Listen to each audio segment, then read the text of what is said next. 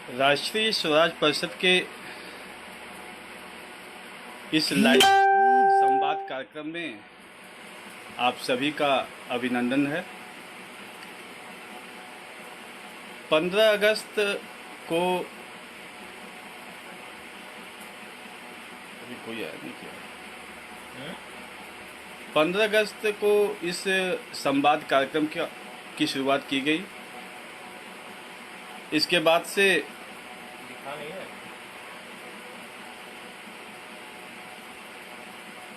यह क्रम अनवरत जारी है। पिछले हफ्ते भाई नित्य प्रकाश जी, अनुज एवं राष्ट्रीय स्वराज परिषद के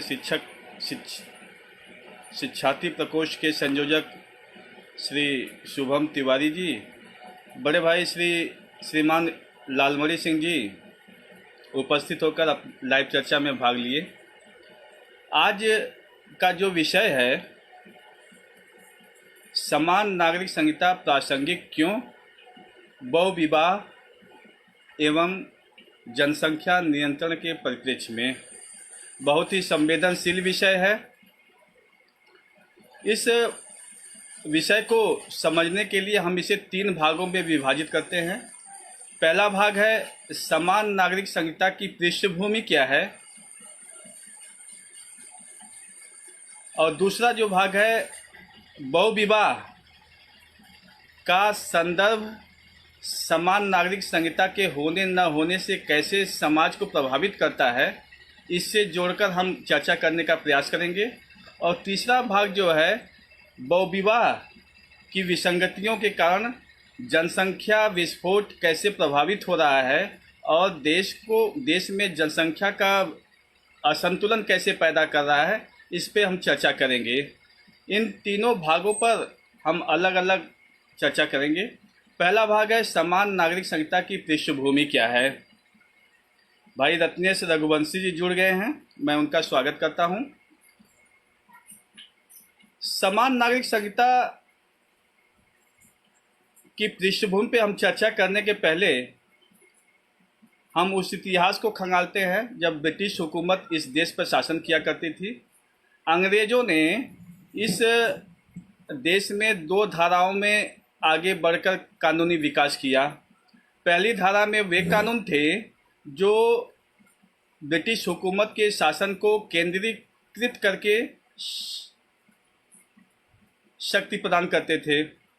इस धारा में वे कानून आए जैसे आपके transfer of property act, IPC, specific relief act.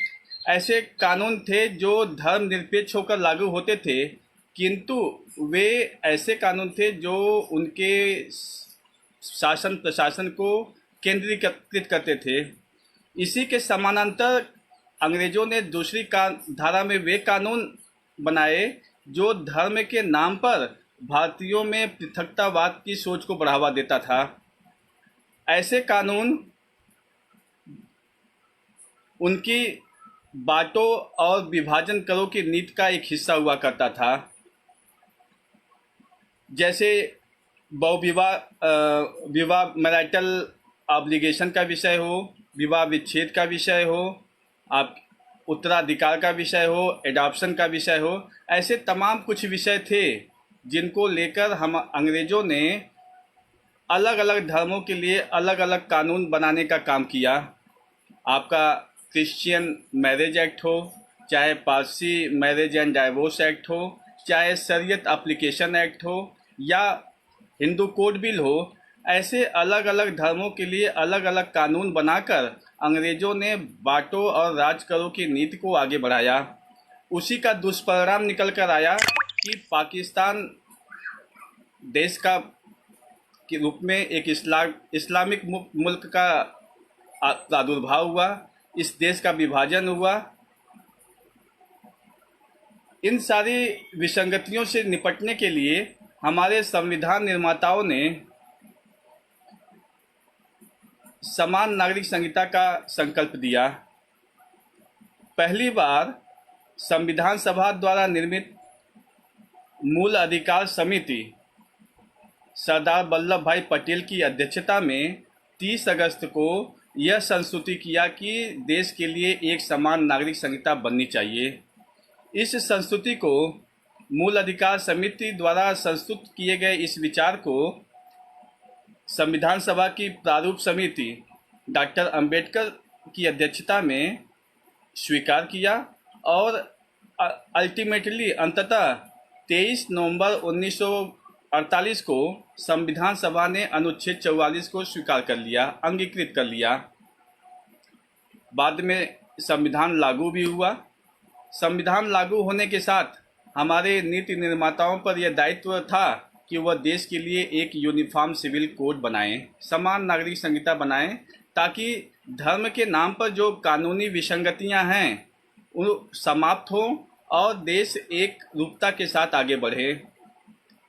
संविधान जब लागू हुआ उस समय लगभग सभी धर्मों में बहुविवाह का प्रचलन था, चाहे वो हिंदू धर्म हो, चाहे बौद्ध हो, चाहे जैन धर्म हो, चाहे सिख धर्म हो या फिर मुस्लिम धर्म हो। इन सभी धर्मों में बहुविवाह का प्रचलन था। बहुविवाह की जो मानसिक स्थिति है वह सीधा सीधा यही है कि एक पति अपनी पहली पत्नी के रहते हुए दूसरी शादी करने के लिए स्वतंत्र हो, तीसरी शादी करने के लिए स्वतंत्र हो, चौथी शादी करने के लिए स्वतंत्र हो। यह बहुविवाह की कल्पना पॉलीगैमी के स्वरूप में था। इसके साथ साथ पॉलीएंड्री की भी संकल्पना है, लेकिन ज़्यादातर जो स्थिति देखने को मिलता है वह पॉलीगैमी के रूप में था, यानी कि एक पति एक साथ दूसरी, तीसरी, चौथी पत्नी रखने के लिए आज़ाद होता था। इस पॉलीगैमी की जो परंपरा थी, इस परंपरा से क्या विसंगतियां पैदा होती हैं, इन विसंगतियों को समझने के लिए हम एक कल्पना करते हैं कि यदि पुरुष के रहते, किसी भी पुरुष के रहते अगर उसकी पत्नी का किसी से संबंध हो जाए तो कितना पीड़ा झेलना पड़ता है, बहुत सारी मानसिक प्रताड़ना झेलना पड़ता है उस पति को। उसी के समानांतर पत्नी के साथ भी ऐसा हो सकता है। अगर पत्नी अपने पत्नी रहते हुए पति को किसी दूसरे औरत के साथ संबंध बनता देखेगी तो उस पत्नी को भी उसी तरह का प्रताड़ना झेलना पड़ेगा जिस तरीके से पति को महसूस होता है। पतियों की स्थिति में तो बहुत बार तो डाइवोर्स की स्थिति आ जाती है, मर्डर सुसाइड की स्थिति आ जाती है, लेकिन बहुविवाह के केस में पत्नी को बिल्कुल अपनी सारी संवेदनाओं को दबा के रखना पड़ता है, मानवीय संवेदनाओं को दबा के रखना पड़ता है। भले ही धर्म के आड़ में पत्नी या महिलाएं अपनी मानवीय संवेदनाओं को दबा दें, किंतु उन्हें उपेक्षित नहीं किया जा सकता है। इन्हीं विसंगतियों को, मानवीय संवेदनाओं को सम्मान देने के लिए हमारे संविधान निर्माताओं ने यूनिफॉर्म सिविल कोड का कंसेप्ट दिया, ताकि बहुविवाह के कारण जो महिलाओं की मानवीय संवेदनाएं दबती हैं, प्रताड़ित होती हैं, उनको ख़त्म किया जा सके।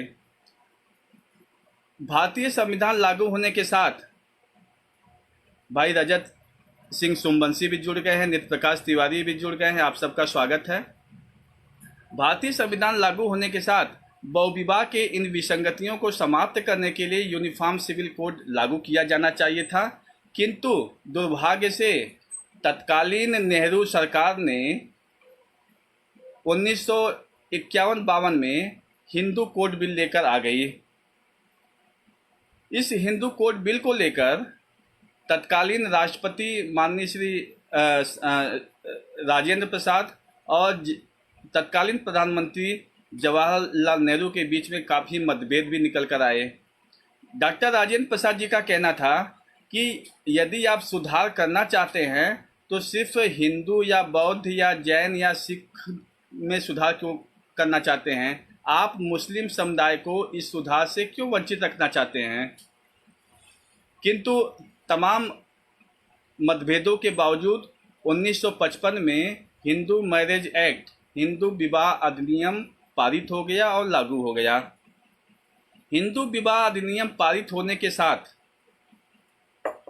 उन सारे कानूनों को बने रहने की छूट मिल गई जो कानून मुसलमानों के नाम पे अलग बनाए गए थे, क्रिश्चियन के नाम पे अलग बनाए गए थे, पारसी के नाम पे अलग बनाए गए थे। इन कानूनों के बने रहने की जो छूट मिली, इसका परिणाम यह हुआ कि मुस्लिम शरीयत एप्लीकेशन एक्ट के माध्यम से मुसलमानों को एक से अधिक चार बीवी रखने की छूट मिली हुई थी, वह छूट भी बरकरार रहा। जब जवाहरलाल नेहरू गवर्नमेंट सरकार द्वारा 1955 में हिंदू मैरिज एक्ट पारित करवाया जा रहा था, उसी समय दुनिया के अन्य मुल्कों में, चाहे वो क्रिश्चियन बाहुल देश हों चाहे मुस्लिम बाहुल्य देश हों, उन देशों में भी कानूनी सुधार की तरफ आगे बढ़ रहा था। मुस्लिम बाहुल्य देश बहुत सारे ऐसे थे जहां पर बहुविवाह को लेकर कानूनी सुधार किया जा रहा था।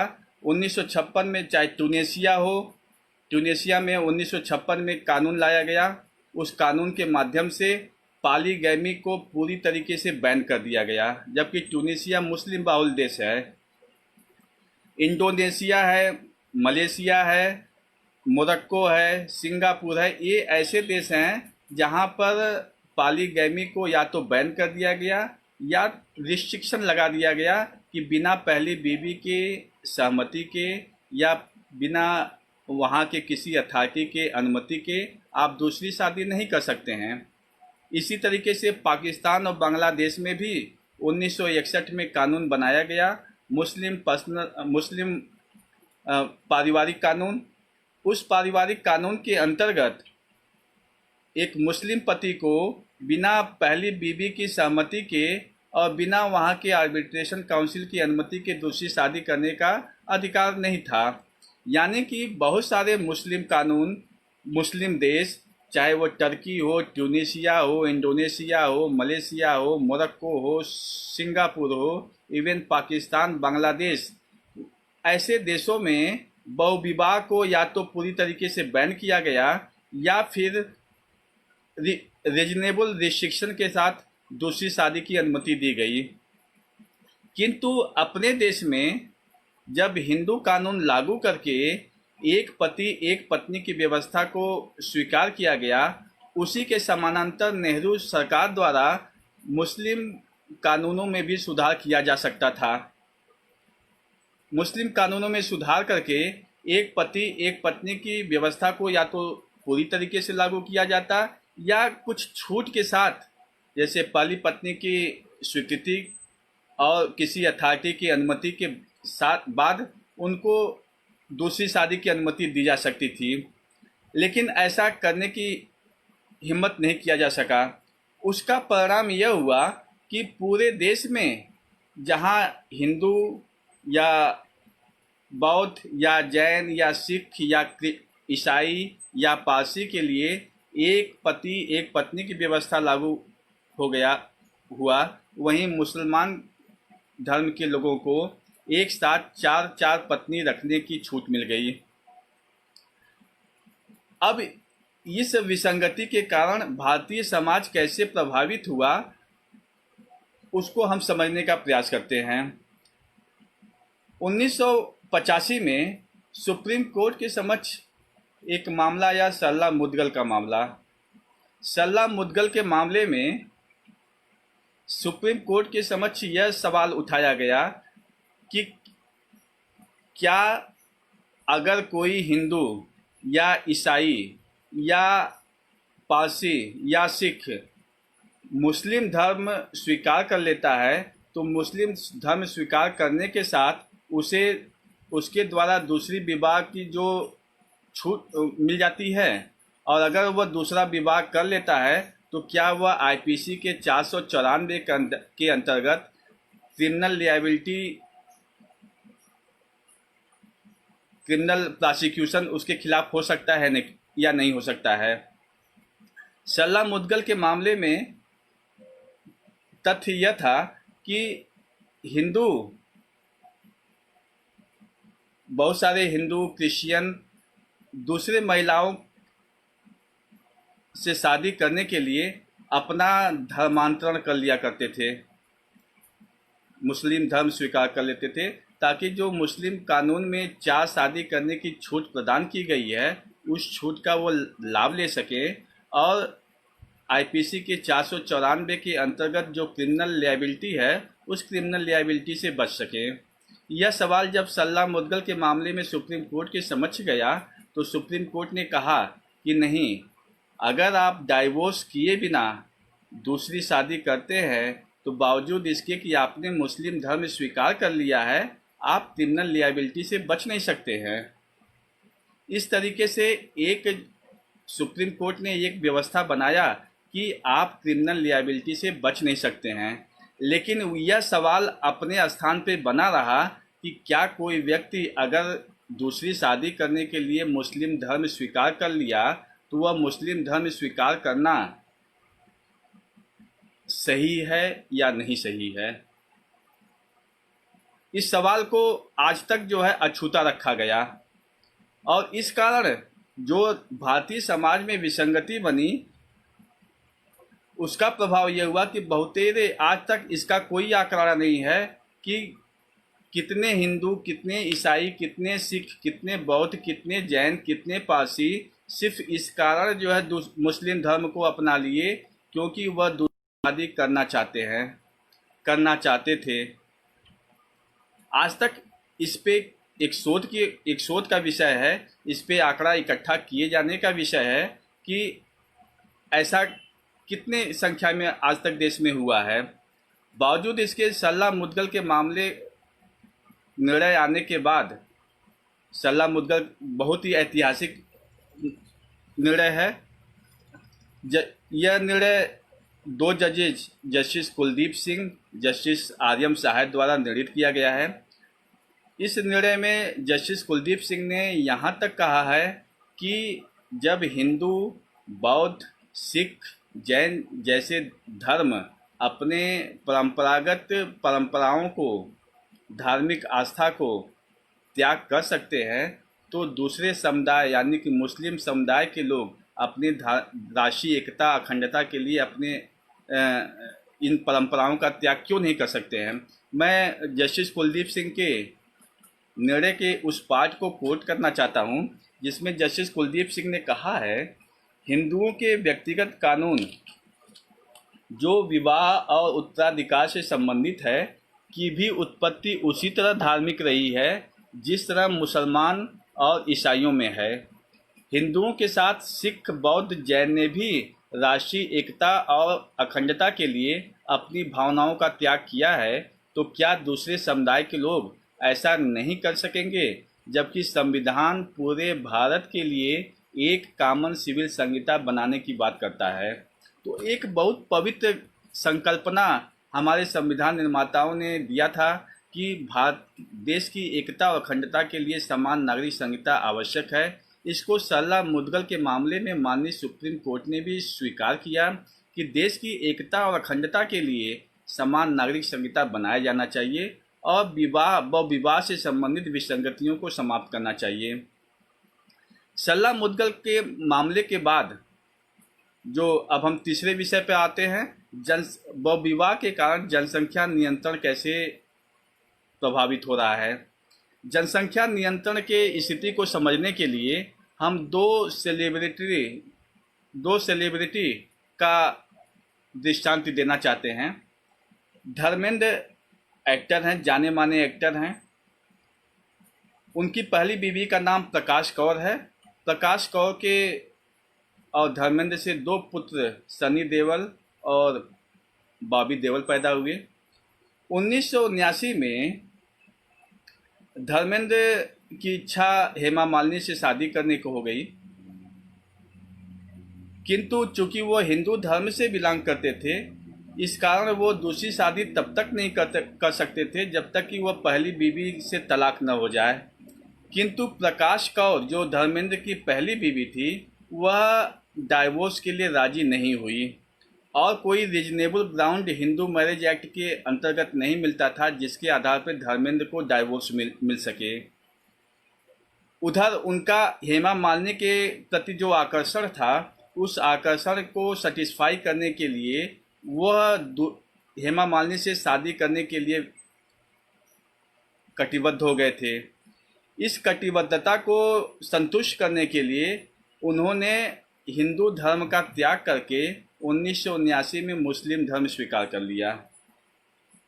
मुस्लिम धर्म स्वीकार करने के साथ उन्होंने भी स्वीकार किया और स्वयं हेमा मालिनी ने भी मुस्लिम धर्म स्वीकार किया। मुस्लिम धर्म स्वीकार करने से उनको वह मान लिए कि हमको दूसरी शादी करने का अधिकार हो गया, और उन्होंने हेमा मालिनी से शादी भी कर लिया। और 1979 के बाद धर्मेंद्र और हेमा मालिनी एक मुस्लिम धर्म की अनुयायी के रूप में रहने लगे, और पहली बीवी से 2 बच्चे हुए थे। हेमा मालिनी से शादी के बाद 2 बच्चे ईशा देओल और आहना देओल पैदा हुई। सवाल सिर्फ इतना नहीं है कि क्या हेमा मालिनी और धर्मेंद्र को 494 के अंतर्गत क्रिमिनल प्रोसिक्यूशन मिलना चाहिए कि नहीं मिलना चाहिए। चूँकि जो पहली बीवी थी प्रकाश कौर, वह इस दिशा में आगे नहीं बढ़ी, उन्होंने कोई एफआईआर या कंप्लेंट नहीं किया, लिहाजा वह इशू अपने स्थान पे बना रह गया। लेकिन जो सवाल पैदा होता है कि अगर दूसरी शादी करने के लिए धर्मेंद्र जैसी शख्सियत ने मुस्लिम धर्म स्वीकार किया, तो क्या वो सच्चे मन से स्वीकार किया? ये कोई नहीं जानता कि वो कितने दिन मस्जिद गए, ये कोई नहीं जानता कि वो नमाज पढ़ते कि नहीं पढ़ते हैं, कोई नहीं जानता कि वो रोज़ा रखते कि नहीं रखते हैं, वह हज जाने की अभिलाषा रखते ही नहीं रखते हैं, ये कोई नहीं जानता है। लेकिन दूसरी शादी करने के लिए मुस्लिम धर्म स्वीकार किया। पहली बीवी से 2 बच्चे पैदा पहले से थे, दूसरी शादी करने के बाद 2 बच्चे पैदा हुए। इसी के साथ हम दूसरा उदाहरण लेते हैं सैफ अली खां का। सैफ अली खां भी अपनी शादी एक हिंदू सेलिब्रिटी अमृता सिंह से किया। अमृता सिंह के सामने यह शर्त रखा गया कि आप सैफ अली खां से तब तक शादी नहीं कर सकती हैं जब तक आप मुस्लिम धर्म न स्वीकार करें। अमृता सिंह मुस्लिम धर्म स्वीकार किया, उसके बाद ही सैफ अली खां से शादी हुआ। सैफ अली खां और अमृता सिंह से बच्चे भी पैदा हुई। बाद में दोनों के बीच में डाइवोर्स हो गया, विवाह विच्छेद हो गया। सैफ अली खां की जिंदगी में करीना कपूर आई, करीना कपूर से भी बच्चा पैदा हुआ। ये 2 सेलिब्रिटी के उदाहरण ऐसे हैं जिनको समझने की आवश्यकता है कि बहुविवाह से, चाहे वो धर्मेंद्र के रूप में हो या दूसरा जो है सैफ अली खां के रूप में। हालांकि सैफ अली खां ने दूसरी शादी डाइवोर्स करने के बाद किया, किंतु स्थिति जो बनती है वह यह बनती है कि दूसरी विवाह करने के बाद जो बच्चे पैदा हुए, क्या वो बच्चे जो है जनसंख्या विस्फोट में सहभागिता नहीं दिए? बिल्कुल दिए। अगर पहली शादी के से जो बच्चे पैदा हुए हैं, वह बच्चे अगर उसी माता पिता के साथ रहते, दूसरी शादी की नौबत नहीं आती, तो निश्चित है कि वो जनसंख्या विस्फोट के सहभागी नहीं होते। किंतु ऐसा नहीं हुआ।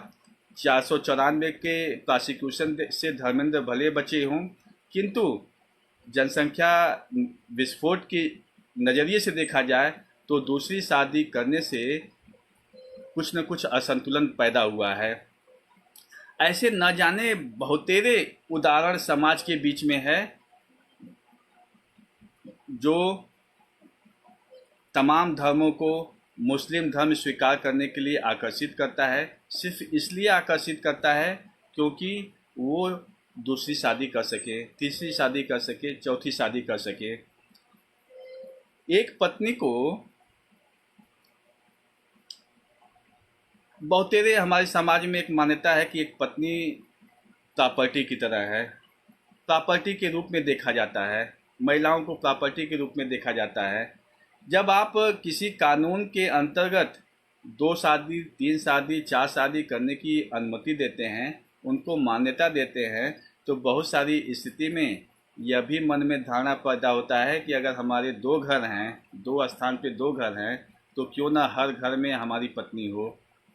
हम प्रयागराज में हैं तो प्रयागराज में एक घर है तो वहाँ पे पत्नी हो। कभी हम आजमगढ़ जाएं, जौनपुर जाएं अपने मूल आवास पे जो, तो वहाँ पे भी एक पत्नी हो। यह मन में धारणा बनती है। मनुष्य एक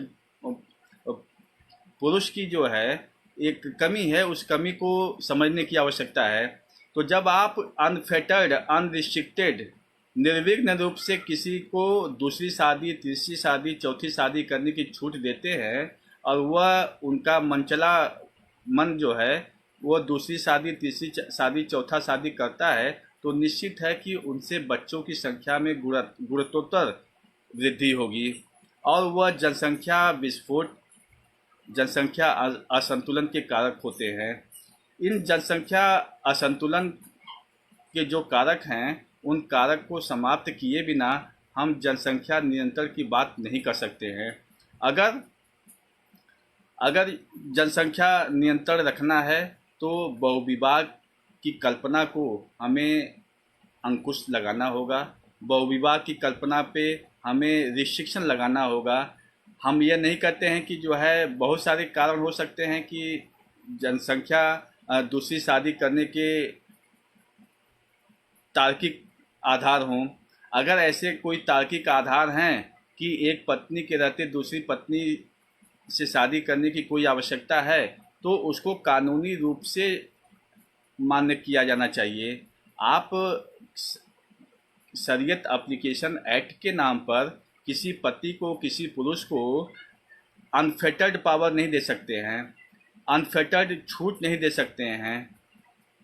ऐसी स्थिति से निपटने के लिए आज इस बात की भी आवश्यकता है कि अगर एक व्यक्ति, एक पुरुष पहली पत्नी के रहते हुए मुस्लिम धर्म स्वीकार करता है ताकि वो दूसरी शादी कर सके, तो उस पर इस तरह का भी रिस्ट्रिक्शन लगाया जाना चाहिए कि वह दूसरी शादी तभी कर सकता है जब वह इस बात को स्वीकार करे कि वह दूसरी पत्नी से कोई बच्चा नहीं पैदा करेगा।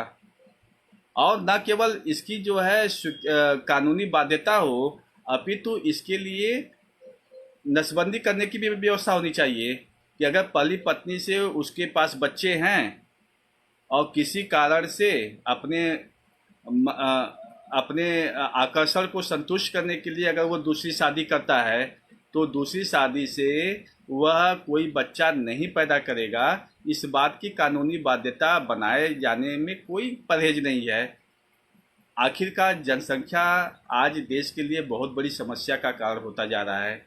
हमारे संसाधन सीमित हैं, हमारे भूमि सीमित हैं। भूमि से जो अनाज पैदा होता है उनकी भी अपनी एक सीमाएं हैं, जल संसाधन की सीमा है। हम आज जो है 1 अरब 35 लाख जनसंख्या, 1 अरब 35 करोड़ की जनसंख्या हो गया है। इतनी जनसंख्या को हम अगर संतुलित नहीं करते हैं, हम नियंत्रित नहीं करते हैं, तो बहुत सारी समस्याएं पैदा होने वाली हैं। ये धर्म का सवाल नहीं है। मुसलमान भाइयों को भी समझने की आवश्यकता है कि देश अगर रहेगा तो उनका धर्म रहेगा, देश रहेगा तो हिंदू धर्म रहेगा, देश रहेगा तो मुस्लिम पारसी धर्म रहेगा। अगर देश ही नहीं रहेगा तो धर्म रहने का कोई मतलब नहीं है। इस विचार को समझने की आवश्यकता है।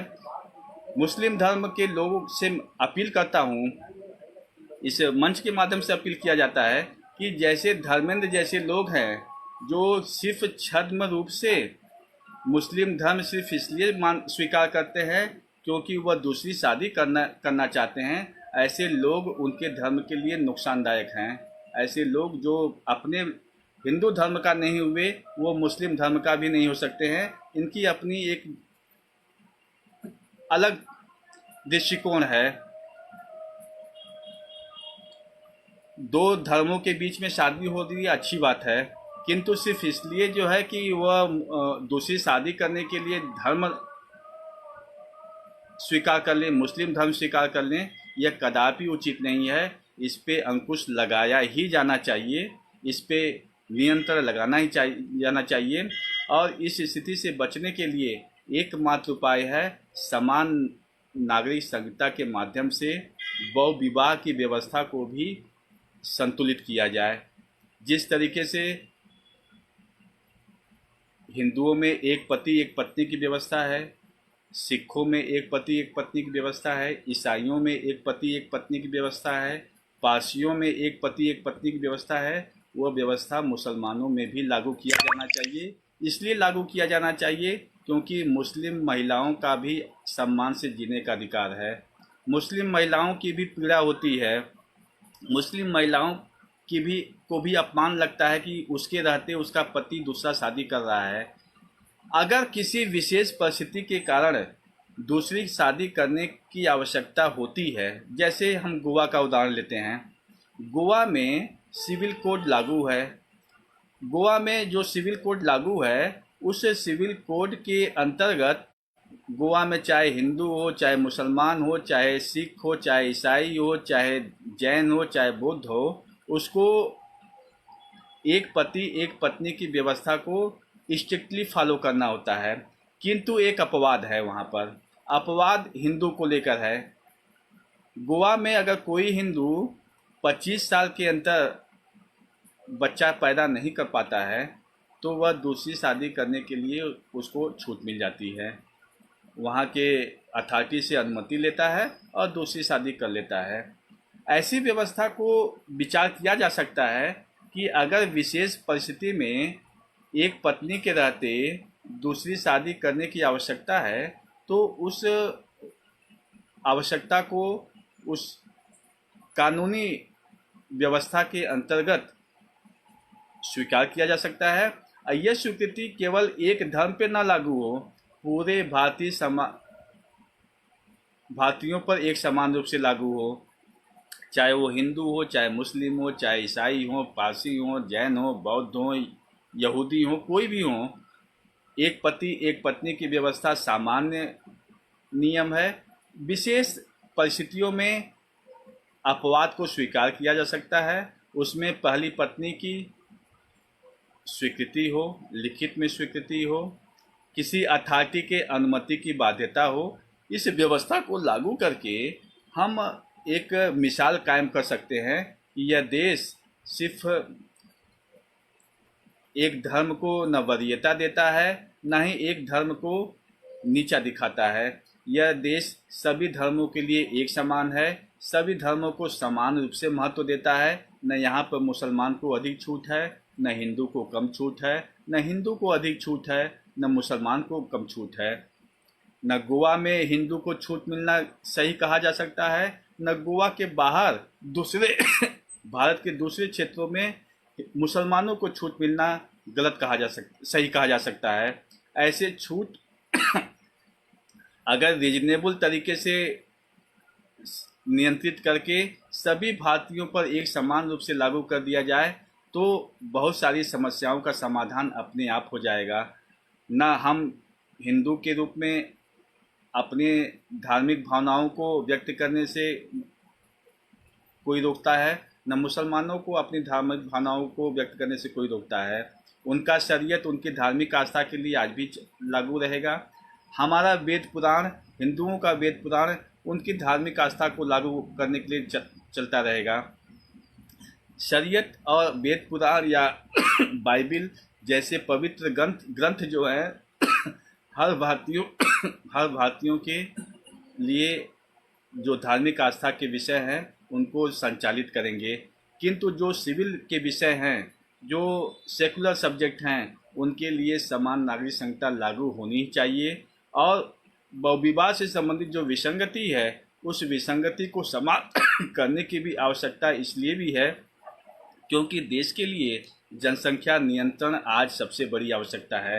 इस जनसंख्या नियंत्रण को देश हित का विषय मानकर सभी धर्म के लोगों को आगे आना चाहिए और इस पर अपनी सहभागिता देनी चाहिए। मोदी सरकार से हम निवेदन करते हैं कि समान नागरिक संहिता पर आगे आए और जब तक समान नागरिक संहिता बनकर नहीं लागू होता है तब तक एक जनसंख्या नियंत्रण कानून इस तरह का लागू करे ताकि कोई व्यक्ति जो अपना धर्म छोड़कर मुस्लिम धर्म सिर्फ दूसरी शादी के लिए लागू करता है, सिर्फ दूसरी शादी करने के लिए धर्मांतरण करता है, उस व्यक्ति को यदि पहली पत्नी पत्नी से बच्चे पैदा हैं तो दूसरी पत्नी से बच्चा पैदा करने का अधिकार न हो, उसे नसबंदी जैसे कठिन